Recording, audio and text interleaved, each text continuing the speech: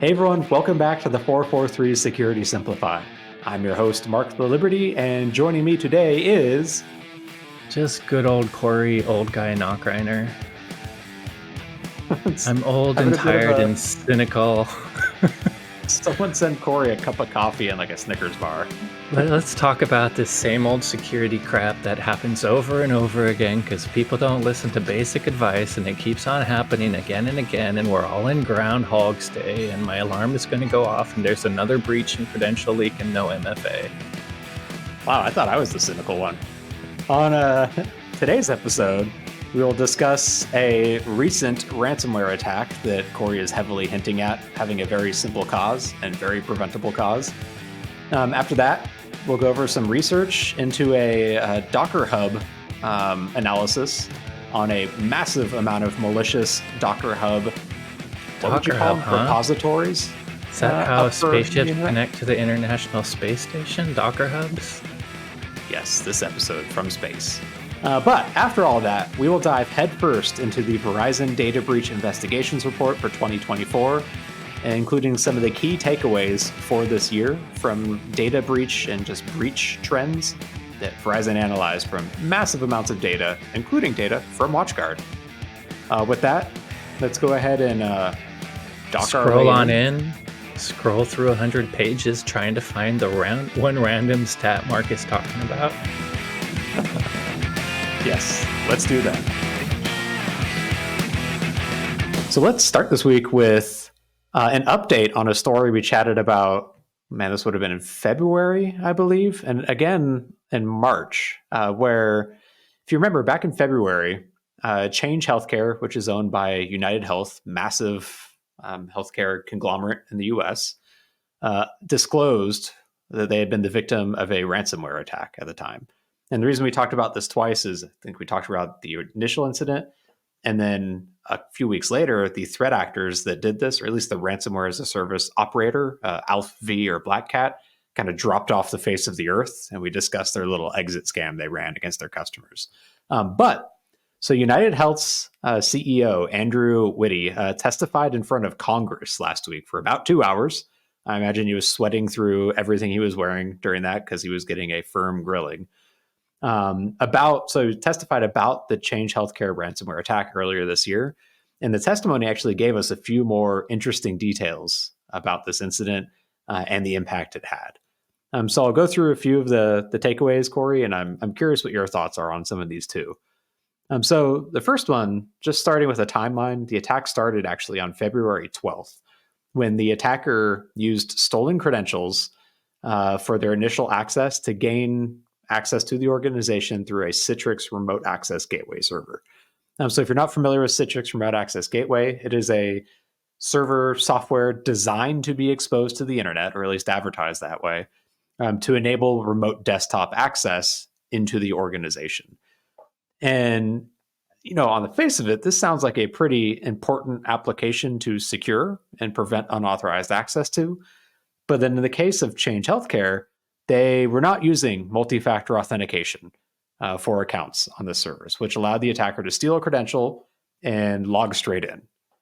Pause there for a second, Corey. I think everyone knows our feeling on this.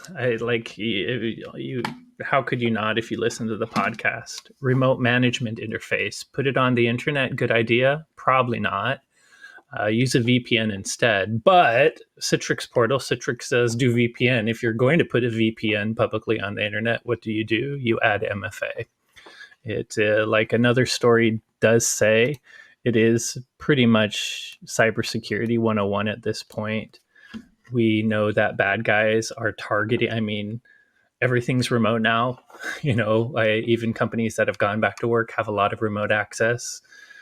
You have to secure that crap. Threat actors know we have remote access. They know it's easy to target, and they know how to steal credentials, and people are still bad with their credentials. So MFA is absolutely required. And frankly, other than tools specifically designed to secure remote access, read VPN or zero trust network access or SSO portals, I don't think you should have any other remote management on the internet at all without a VPN, ZTNA, or some sort of SSO portal. So really the only thing you should be exposing is something made to secure remote access, and that thing dang well better be using MFA. So I agree. I think there's still a lot of companies that, as much as the surveys, even down to the SMB, say, oh, yeah, we use MFA, duh. I still think a lot of companies do not have a whole lot of MFA widely deployed for all their employees yet. And it's clear that even the biggest companies seem to not do this. Is it just the friction still, Mark? What do you think? I mean, so I understand not having MFA totally like 100% deployed across an organization. That is actually a pretty difficult challenge, especially when you take into account like shadow IT, SaaS applications that other like teams or organizations within your company may have gone out and acquired on their own. Like, so I understand not getting 100%, but there is a priority when it comes to deploying multi-factor authentication. And I feel like the internet exposed gateway that allows direct remote access to computers on your network is probably right up there as number one for enabling multi-factor authentication on. So, I also understand in healthcare specifically, there's plenty of reports about how strapped for IT resources these organizations are and how sometimes they do have to prioritize just any work at all. But again, if you're going to have internet connected remote access into your systems, like putting MFA on that seems like step zero for it. Now, their CEO, Mr. Witty, didn't disclose exactly how the credential was stolen, but actually another organization, so Hudson Rock, their CTO actually claimed that they have threat intelligence sources that indicate that credential was stolen from a info stealer malware on February 8th, so about 4 days before the attack started in this case. They posted a screenshot in like a Bleeping Computer article I saw of their platform identifying that credential associated with Change Health's Citrix web portal. Now, they only indicate a credential of a employee was stolen, not that this was the specific credential that enabled the breach. But the timelines do at least match up, and that is a plausible explanation for how that credential ended up in the attacker's hand, because that's a pretty common method. For sure. So the attack started February 12th. The ransomware wasn't deployed until 9 days later after the initial intrusion. So the attacker had time to go scope out the network, look for sensitive data locations, exfiltrate that data, because as we discussed originally, and we'll hit again later, they attempted to extort Change Healthcare with the stolen data too. And then after they gathered it all, they went in and deployed the ransomware attack. The attack impacted around 150 million customers, which, if you do the math, is about half the population of the United States, which is a pretty dang big impact because during this time, so Change Healthcare, they also own what is it, like Optum RX or some very popular prescription service. And that entire service was down and pharmacies were unable to operate during the course of this ransomware attack. So it did have a pretty big impact to just random people in the United States. The company estimates the cost was $872 million in damages because of the breach. That's a lot. That is a ton of money. And that isn't just, the extortion, which itself was only 22 million. But the cost of downtime, loss of revenue, the cost of bringing in companies like Mandiant or whoever else they brought in for incident response to help investigate, all that adds up. I imagine some pretty hefty HIPAA violations are probably slapped in there as well too. Speaking of the ransom extortion, though, they did end up paying $22 million to Alf V. And one thing that stood out to me in the deposition, or whatever you want to call it, the testimony to Congress, was so the CEO goes, "This was entirely my decision to make." And I guess that is him just like falling on his sword for a difficult decision. But it does kind of highlight that paying a ransom is a business decision for an organization. And I don't know your thoughts, Corey, but I still firmly believe you should not pay a ransom. All it does is fund additional cybercrime and incentivize additional cybercrime. But it's easy for me to say right now in a situation where my company is not impacted by a ransomware attack. So I can sympathize. I can definitely sympathize. To be honest, I don't think this changes my thoughts at all, only because it falls within the caveat I think we've always had. Or at least, if you remember, ransomware has been targeting healthcare, specifically hospitals, forever, including WannaCry. So I've always been very, very strongly against not paying the ransom. I think people who pay the ransom are just going to increase the business case. But my caveat was always specifically with hospitals, but I could see it with United Healthcare too, that is a easier decision for a business that has nothing to do with saving lives to make. Right? If you're a hospital, you can't get your patient records, surgeons are waiting to do surgery, and you don't have a convenient paper backup, people can die. And so there's always a exception to rules, a caveat. And, so with healthcare, it was the kind of thing. I still don't like the fact that, people pay in some cases, but I understand how it can become a very personal decision. Like if this were don't get me wrong, United Healthcare is a for-profit business, and I won't even go down the rat hole of how for-profit US medical care is. But if this were like some business where, they were being hurt by the ransomware, but it wasn't really hurting anyone, it'd be easier for me on my little ivory tower to judge them. But for healthcare, I get it. As someone that is an insurance provider, it's like the first freaking thing anyone asks you, even going into a clinic. So it can disrupt a lot of things that has to do with human life. So I understand why they might have to make a hard decision. That said, I still don't want to normalize it. I still want this to be something people think thrice about every time, thrice or more, quadruple. Thrice. Yeah. I don't know why I picked 3 instead of 2. Two times is not enough to think about it. You definitely I need think 3. we're both saying, like, I won't overly judge this CEO. It is a healthcare company, and the metrics are not, like, when the metrics are just money, then it's hard to know whether it's greed or whatever, or even I guess you could say it's still a business decision. Insurers would argue the loss is less by paying than it is by not. But I think long term, that's a crappy business decision because it encourages the market to continue, and your losses will continue to rack up over time. But when the loss is measured in human life or suffering, it's a much different metric. Yeah, I agree.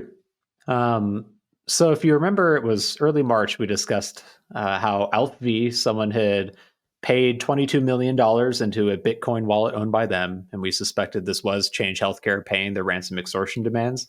And 2 days after that, their public dark web website went down with a message saying they'd been seized by the FBI and as a part of an international effort. And some of those international agencies said, wait a minute, we did no such thing.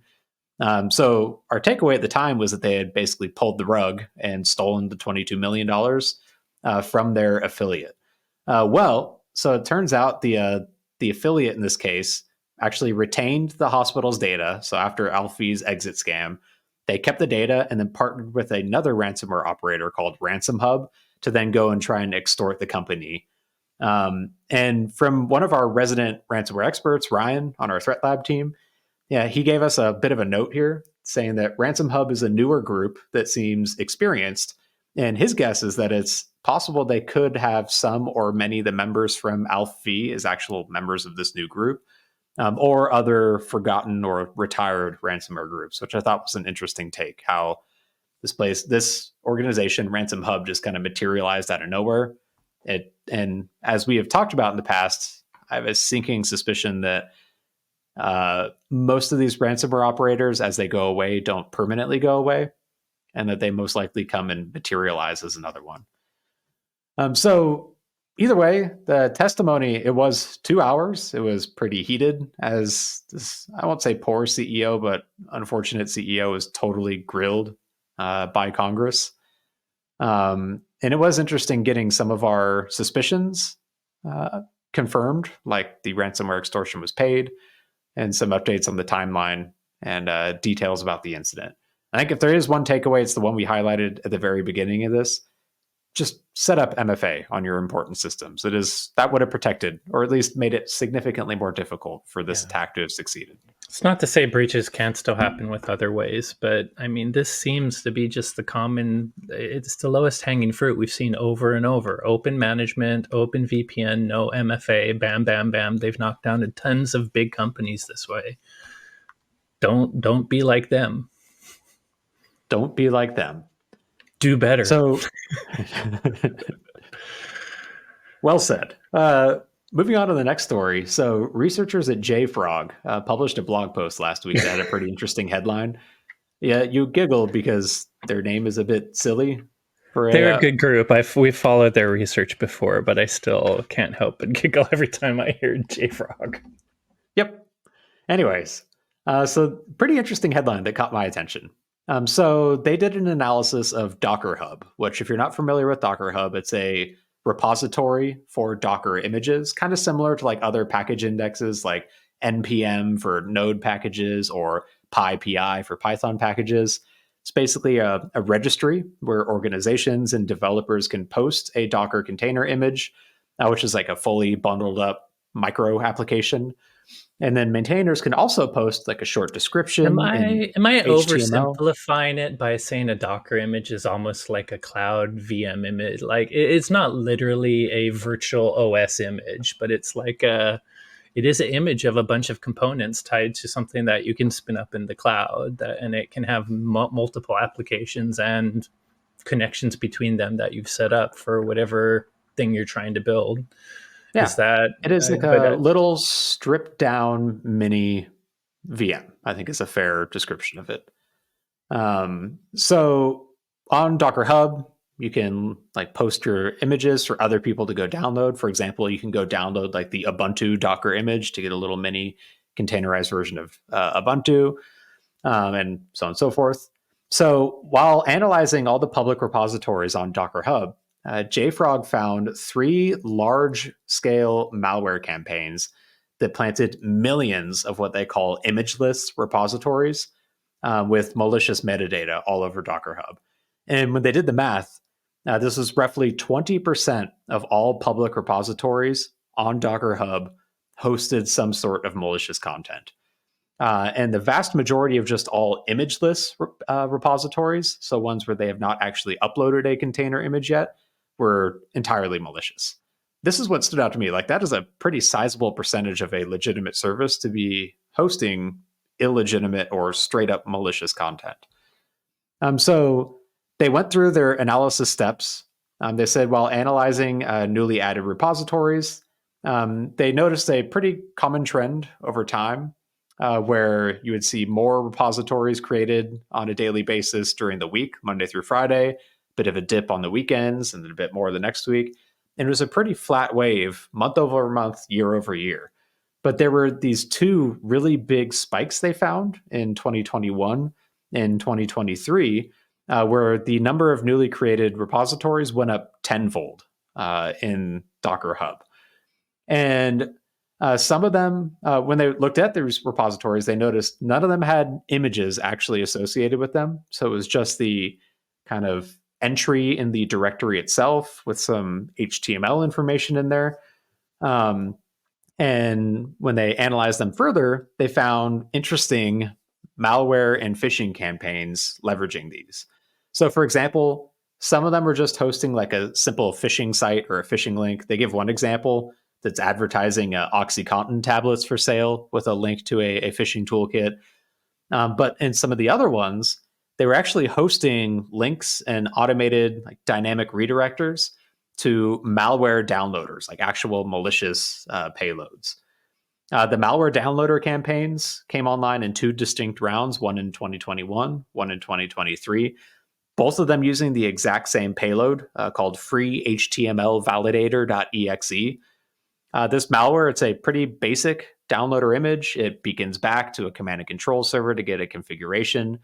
It actually checks to see which country it's running in, and it's got a list of 4 countries, which I'll bet you'll never guess what any of those countries are, Corey, on the face of it, that it makes sure it's not running in. It won't be Russia. Russia's definitely not on that list, right? Because Russia, Azerbaijan, Armenia and Belarus, the four amigos. Although I guess Yeah. Azerbaijan and Armenia are not exactly best friends with each other, but we won't get Belarus and into Russia that. make sense. Yeah. Yep. So it checks to make sure that it's not running in one of those countries. If it is, it stops execution.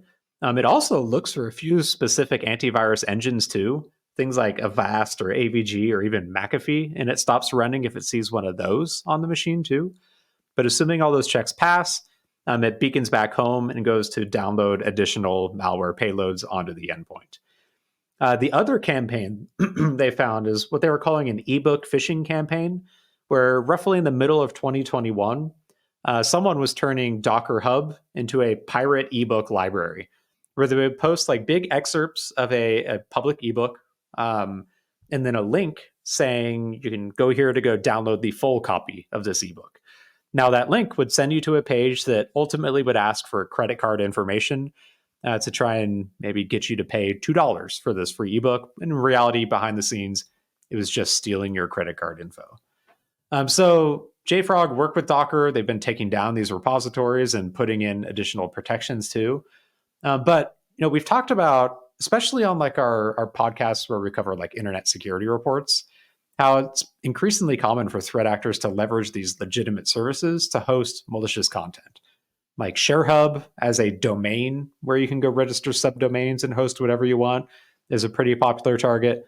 We've talked about various legitimate services websites, like especially file hosts that don't have the right checking for file type for uploads, where attackers will start uploading malware and using them as a command and control or a malware delivery vehicle. It's what stood out to me was seeing Docker Hub, a pretty big website, being used for a sizable amount of malware delivery. 20% of all repositories were associated with these campaigns. Because I think in comparison, think of like GitHub. There's obviously malicious content on GitHub. There's obviously threat actors using it to deliver content. We just talked last week, the week before, about using GitHub comments as a way to get a legit looking link for malware files. But I'm willing to bet it's not 20% of all GitHub repositories are straight up malicious. So that was interesting. And this isn't to just like throw shade at Docker Hub because they are addressing the issue now they've seen it. But man, yet another way of abusing a legitimate service for hosting stuff. Corey, any hot takes? What do you think we're going to see pop up next as the avenue for threat actors? Where else do we share a bunch of stuff? I am interested. My only hot take was it's clear that this was Docker Hub being used, but it wasn't actually images containing malicious malware. Even though that's not the case, I wonder if what a great way. An image essentially spins something up that's running code to have a service. But if you Trojanized it, you could also have a lot of bad stuff going on. So if you could actually compromise legitimate images, I remember a very old WatchGuard prediction. I can't remember if it was right when you joined my team or a bit before, where, when IT was just using virtual images, and even in new laptops, whether you're virtualizing a server or you have a new laptop, you might have a golden image that you either spin up as a new virtual server or that you use to build your default laptop image. And I used to have a prediction that threat actors would purposely go after that quote unquote golden image, infect it with some Trojan. It would still do whatever its job that IT expected, but what a great way to affect every server they spun up from that point. So this is scary enough, just using the repository without actually having images in these different repositories. But if they ever get access to common Docker images that people use to, just because it's shared open source, you want to provide this service, just spin up this Docker image, that would be even more scary too. So maybe the next step is they'll go from these or not empty, but you know what I mean, non-image repositories to actually hijacking a real repository and start Trojanizing some common images people use. Who knows? Especially because, so the way Docker containers and images are built, it's entirely visible. Like you can see the whole manifest of what's going on inside of it if you go to look for it. if you just go blindly download a Docker image, like just using the Docker command line and like, Docker poll and image name, all you get is the little download bar and it's done, it's running. You don't see what's going on inside of it. And so it would be a really easy way to, like you said, deliver something malicious to an endpoint if folks aren't reviewing it. Now, my hope is that in an enterprise organization or an enterprise deployment, you aren't just blindly downloading and running Docker images. You are inspecting the manifests to see, or building your own. Well, of custom course Docker you are, images. Mark. It's the same way when there's open source packages. You're not blindly downloading open source. You're checking it out before you use it in your critical applications, right, Mark? Everyone does that all the time. They don't blindly download things. The I guess a Docker image is a there. little easier to check than Correct. actually reading source. So I get where you're going. But I've seen people install something and have to next stuff and literally bam, bam, bam, bam, bam, bam. So I don't, even if it's some simple thing of looking at what's in the package, I may not be as optimistic as you that people are checking their Docker images. Because that's my point. Like a 200-line manifest is a bit different than 3,000 lines of a programming language. I don't know how to actually. But it was my other point, though, that people do just blindly install Docker images and containers. So it is a pretty big concern, I think, that you highlighted there. I guess one takeaway from this that JFrog had is Docker does have a like Docker official tag they stick on Docker Hub repositories that have been vetted. And so you can look out for that. And that's by them. It's not like a crowdsourced review. It's one that they've actually vetted. Because the crowdsourced reviews tend to get hacked too. Like threat actors just drum up the results. And unlike the Twitter verification badge, it's not just something you can buy. It is something that is manually done by the Docker team. Throw that shade. Have you received the shade, Musk? Anyways, so again, main takeaway from this is they have resolved this issue, got rid of these malicious libraries, but definitely keep an eye out if you are using Docker containers from Docker Hub to make sure you're downloading ones from a trusted and vetted source. So the last thing I wanted to cover this week, Verizon just released their data breach investigations report just a couple days ago at the time of this recording. And if you weren't already aware, WatchGuard is actually a data contributor to the DBIR.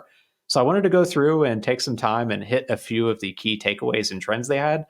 And I found like some pretty interesting ones, both big increases that were interesting and even entirely new trends or statistics that they were looking at that I thought it would be worth highlighting. So let's go ahead and dive into just some interesting stats, I think.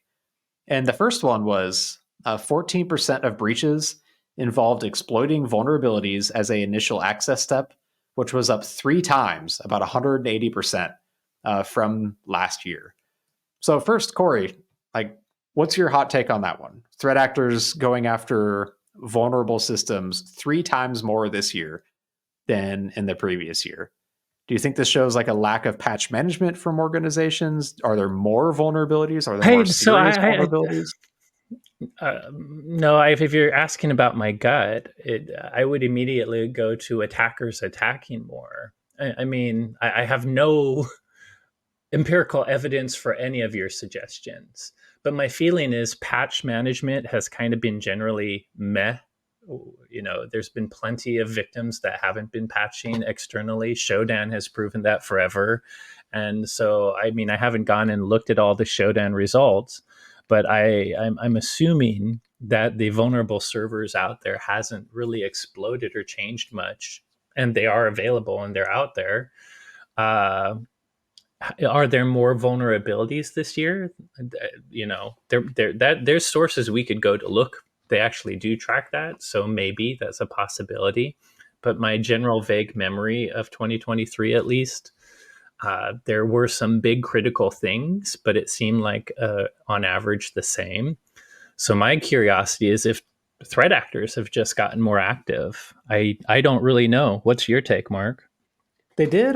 So in the report itself, they highlighted one critical vulnerability that was pretty big and wide impacting. The vulnerabilities impacting the MoveIt file management software that ended up getting a whole bunch of organizations compromised. I bet Yep, that was at least some bit of a contributor, but I feel like that your makes gut sense. reaction may be correct that there is just more activity in total going on against organizations. And I don't know, my cynical side says as times get tougher, more people turn to crime. And that could be one reason why we're seeing more cybercrime as, the US is doing actually decently well, but as global economies continue to struggle a bit. I agree with that. And by the way, even though the US is very quantitatively doing well as a whole, that doesn't mean things like inflation haven't, while our economy might be okay and we may not have unemployment, I think things like inflation, especially in the US, but probably globally, has made the average to low income person's life even harder, even if the country's overall economics are okay. And I hate to say it, but it doesn't excuse it. But we've found before that threat actors tend to be in countries that if you have a high technical skill, but there's not a ton of opportunity for making a good salary with it legitimately. It's one of the reasons threat actors go that way. So I don't know if either of us can prove that quantifiably, but it feels when the economy drops, I would expect cyber attacks to go up, like you say. Yep, And even agreed. even if the economy's up, if the lower, I don't want to say lower income folks are feeling stretched because of things like inflation, they might have to do riskier things to try to survive in their head. Now, hot take for you, Corey. Uh, so while the economy in general is doing well, one specific vertical that has been struggling a bit is tech. And there have been a lot of, layoffs and struggles getting hired in the tech world. How many of those engineers do you think are turning to cybercrime now, Corey? Good question. I would hope not. I mean, I would hope not to. And I'm betting I that have the personal majority, almost ethics, all of them. right? Yeah. Yeah, I if I got laid off, like you and I, well, maybe you would argue I'm a script kiddie level. Seeing how basic some of the attacks are out there, you and I could breach companies using the red teaming stuff we know. I'm not. If I lost my job, I wouldn't turn to that. Yeah, Maybe that's I agree. country I based. sure It's hope. probably geographic, right? Because here in the US, we actually have some pretty. I don't think I would do it for personal ethics, but let's just say about being punished. Here in the US, you would be punished pretty quickly. And yes, Yep. VPNs and things like that can save you, but I got to tell you, in the US, things like wiretaps and things like that, you're even with VPNs, you can be hunted down. But I think that's the other reason we see a lot of threat actor crime activity coming from certain countries because they just don't have the same repercussions in their country. I mean, we use it all the time, but that seems to be clearly why Russia is a haven for ransomware actions. If you're a ransomware threat actor in the United States and they found out you're United Healthcare, you're going to jail, man. If you're in Russia, you may not be able to go to a cool vacation, but you're probably But you're going to given a get away with it presidential for award. now. Yeah, you might be recruited to start popping the newest VPN filtered devices for your government. Exactly. Yeah, interesting take. So next stat I wanted to highlight because we have to throw out the social engineering stat. 68% of breaches involved either social engineering or human error of those that they analyzed last year. Which honestly, that feels lower than I expected. But I guess this is like the initial intrusion vector with social engineering and human error, not it was the one of the potentially many factors in there. So I guess that makes sense. Yep, for sure. Another key takeaway 62% of financially motivated incidents involved ransomware with a median loss of 46 or $460,000 per breach. I thought 460,000 was interesting because we always hear, the big name ransomware attacks. We just talked about 22 million in extortion from Change Healthcare, but the reality is the majority of ransomware attacks are significantly less of an extortion demand from ransomware I would operators. assume that's because threat actors are.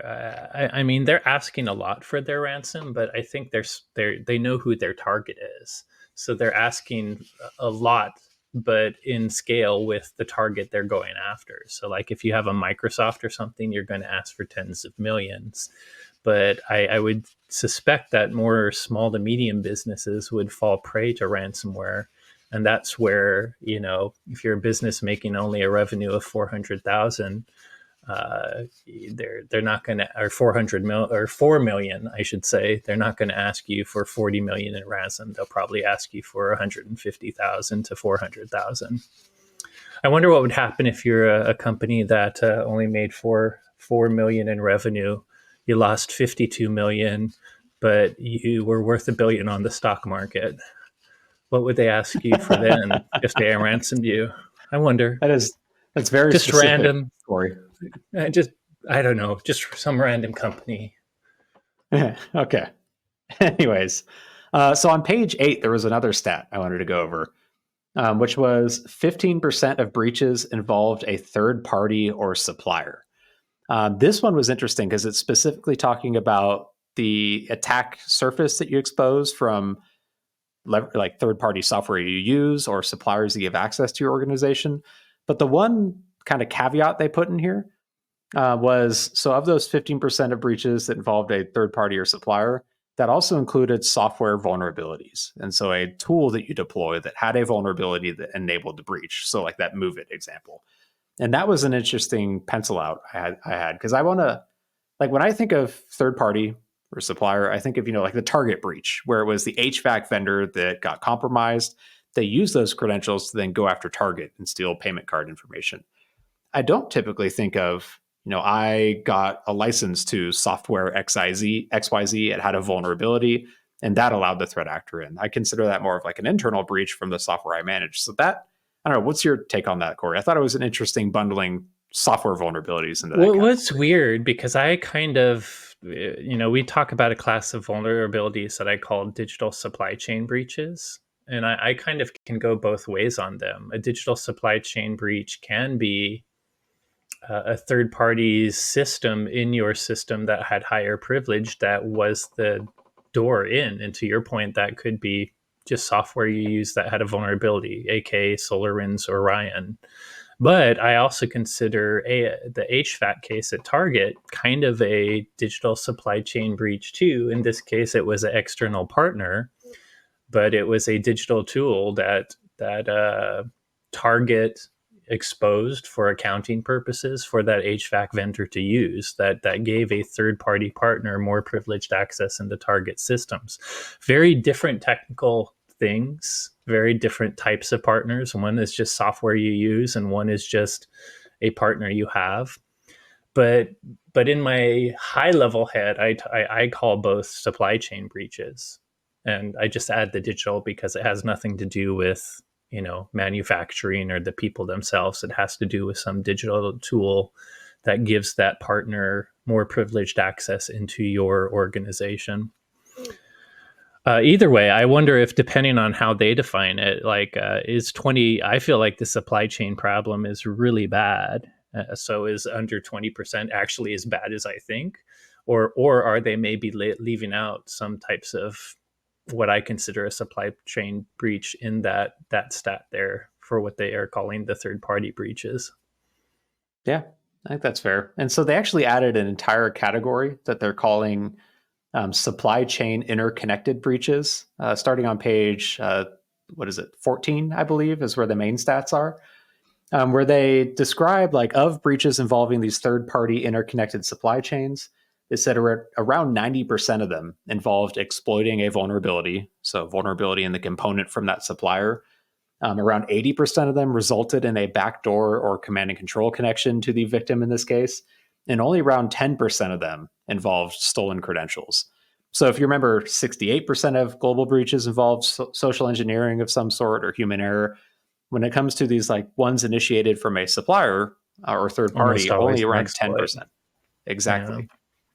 And they even noted in this section that they recognize it is a bit controversial to include vulnerabilities in this metric, and that they argue that software vendors or the developers are victims as almost as much as victims as the organizations that deployed the software, but that there's a bit of a misalignment for incentives between those developers and the consumers that are deploying the software that can result in this breach. So I thought that Which was an is why the government wants to change it, right? It's the whole idea that if vendors that make the software can push the liability of a breach onto the customer, if you use someone else's software, you become the supply chain victim. Whereas if those vendors are responsible for their software errors, that is why the target is this victim, not necessarily the software people. Hopefully that will change. HVAC, the HVAC one was stolen credentials, though, so it kind of shows how rare the target one was. If I remember right, the HVAC vendor was phished, and they just used his credentials to get to a web application that was inside Target's network, but it's one that he had credentials in order to report his hours, or he, I said he, the owner of that company. So, yeah, interesting that they're usually vulnerabilities. Not surprising.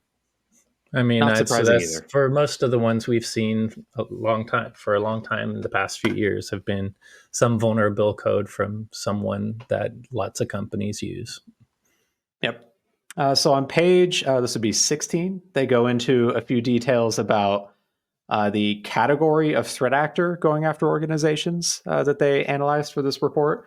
They found that organized crime, such as cyber criminals generically, were around 65% of breaches.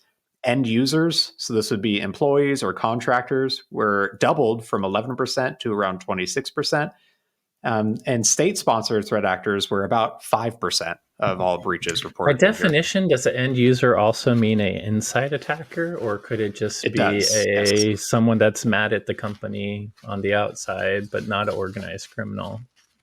So end user is, by their definition, an employee or a Contractor, contractor, employee. part of So the company. insider. So Yeah.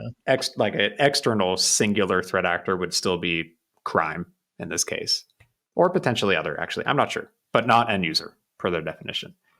But so nation state or threat actor, I'm on the fence on this one. Like part of me is like, well, it's only 5%. That kind of makes sense. The other part is, wow, 5% is actually a decent chunk of overall breaches when you consider globally, like the victim space. To have that It money feels be, like 5% should be the right number, in my opinion. Like it's what you would hope, and it could even be a lot. But with I think the thing is that 5% state actor breaches is among the most impactful, huge situations that make the news and affect a lot of companies. We mentioned VPN filter. What was the new Cyclops Blink is one? What was the name of the one we just talked about? That was Cisco it's Talos like reported. but what the heck is it? Arcane Door. Arcane Door. I could see logically why maybe that's only 5% of the breaches out there, but they're such humongous breaches that I feel like state sponsored should be right up there with organized criminal just because of the whole impact, the amount of money cost, and the big deal of them. But for technically how many actual attacks are occurring, you would assume it was mostly organized crime. If anything surprised me, it's that there's that over 20% insider. Maybe it's my head, but I do know insider attacks happen, but they feel, maybe it's just my hope as a CISO that we don't have to deal with one, Mark, but they feel rare to me. It always feels like external for the big hacks and breaches.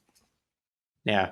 Well, that's also just because WatchGuard only hires trusted individuals. And so Don't say that. I feel like I mean, we have a knock on great wood. process. We actually do hire trusted people, and we do trust our people. But as soon as you say anything definitive, my oh crap meter goes off. Fair. Yeah. I agree though. It does feel like yeah, anyways. So the last stat I wanted to highlight, and again, this report's like 80 pages long. It's pretty crazy. But on page 37, they dive into specific social engineering methods. So what are the top action vectors in social engineering based breaches? And email, as you may or may not have guessed, was like 99.9% of all social engineering related breaches. Web applications, phone, instant messages, text messages were like sub 1% each. And And the reason I want to talk about this, though, is because we've talked a lot about, the rise in text message based phishing and vishing and, leveraging AI to do video based phishing. But the reality is, like, even to They those don't that see much are like IM and threats, SMS. Yeah. exactly, they're super minuscule compared to just basic email phishing. Although I wish I could see the version, you might be able to tell me if they have it later, that is IM in SMS's growth compared to itself, meaning get email off the scale so that you can see the growth or lack of growth in those other areas. And honestly, I care less about how SMS relates to web application or phone. I more want to see year over year SMS, IMS. What I'm getting at is they could be growing. We may be actually entirely correct. SMS phishing could have doubled or tripled in the last year. The point is, email is the first way in so commonly that the rest don't really matter. Yep. Yeah, I have not seen that stat. I don't think they actually display that in here, but I think that is an interesting Be take. curious. I Maybe also just wonder if email web growth at all. application gets like if we I would never expect the web application to be the first thing, but I would say that I bet you in at least 30, if not 40% of the time, the first email lure connects to a website. So I don't want people to think websites. I think there's a lot of malicious web categories out there you have to block. The thing is, it's always what will get you to a website. People are just not going to go to a random website. So, of course, every sort of malicious web thing out there is going to start with an email or some communication to get you there. Or a But Docker Hub account. yeah, true. Although to that would still end up as a link in an email. So to the average user, that's just a link to go look at something that once they interact with, they're screwed. Yeah.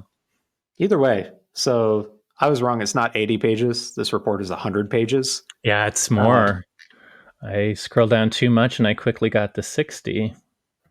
There's a lot of good information in this report, like really interesting high level trends that can help you prioritize what areas to focus at. We did not get into them right now, but they even break it out into specific verticals and specific regions too. Highly recommend going and getting a copy of the data breach investigations report and at least like picking out a few sections to go read through if you don't want to spend the time to go through all 100 whatever pages. Yeah, over the next 6 months, you'll probably hear us throw these stats. These are the type of stats that whenever we're talking on any subject, we tend to throw them into different presentations. So it's hard to consume this 100 pages the day it comes out, but expect us to sprinkle, us and every other security conscious organization, to sprinkle the stats Verizon releases every year. We really appreciate this report. We appreciate all, the important thing I think Mark already said, but it's not just Verizon. Verizon partners very well with tons of cool security companies to get all this data. So good on them for doing it. Wow, there's so many cool security companies doing that, Mark. He says as he circles WatchGuard with his mouse. What a great thing to do. Yep. I wish our name started with an A so we could be at the top, but I know. it is what it is. Either way, though, great report. And like you said, I think we'll be pulling stats out of this for at least the next 6 months as we chat about other topics. Hats off also. Speaking as someone that helps publish a security report that is only 30-something pages, I cannot imagine the amount of work that goes into cranking out this thing every single year by the and hurting the cats of all of us, right? We interact with some folks that do it, and we're a tiny subset of data. And frankly, everyone gathers data in different ways, and it's sometimes raw. So they have to normalize whatever data they're getting from all of us, and then create that 100 pages. Super hats off to them. This is a big and awesome report. Yep, 100%. Thanks again, Verizon, for another cool report. Hey, everyone. Thanks again for listening. As always, if you enjoyed today's episode, don't forget to rate, review, and why wouldn't and they, subscribe. Mark? The world is so much better. Nothing bad happened. There was nothing cynical about this episode. So, yeah. What were you saying about rate, review, and subscribe? Should I ding all the bells? Do the thumbs ups? Mash that like button. If you have any questions on today's content or suggestions for future episode content, you can reach out to us on Instagram. We're at watchguard_technologies. Thanks again for listening, and you will hear from us next week. They should have my puppy's Instagram account. They can give me 443 updates there.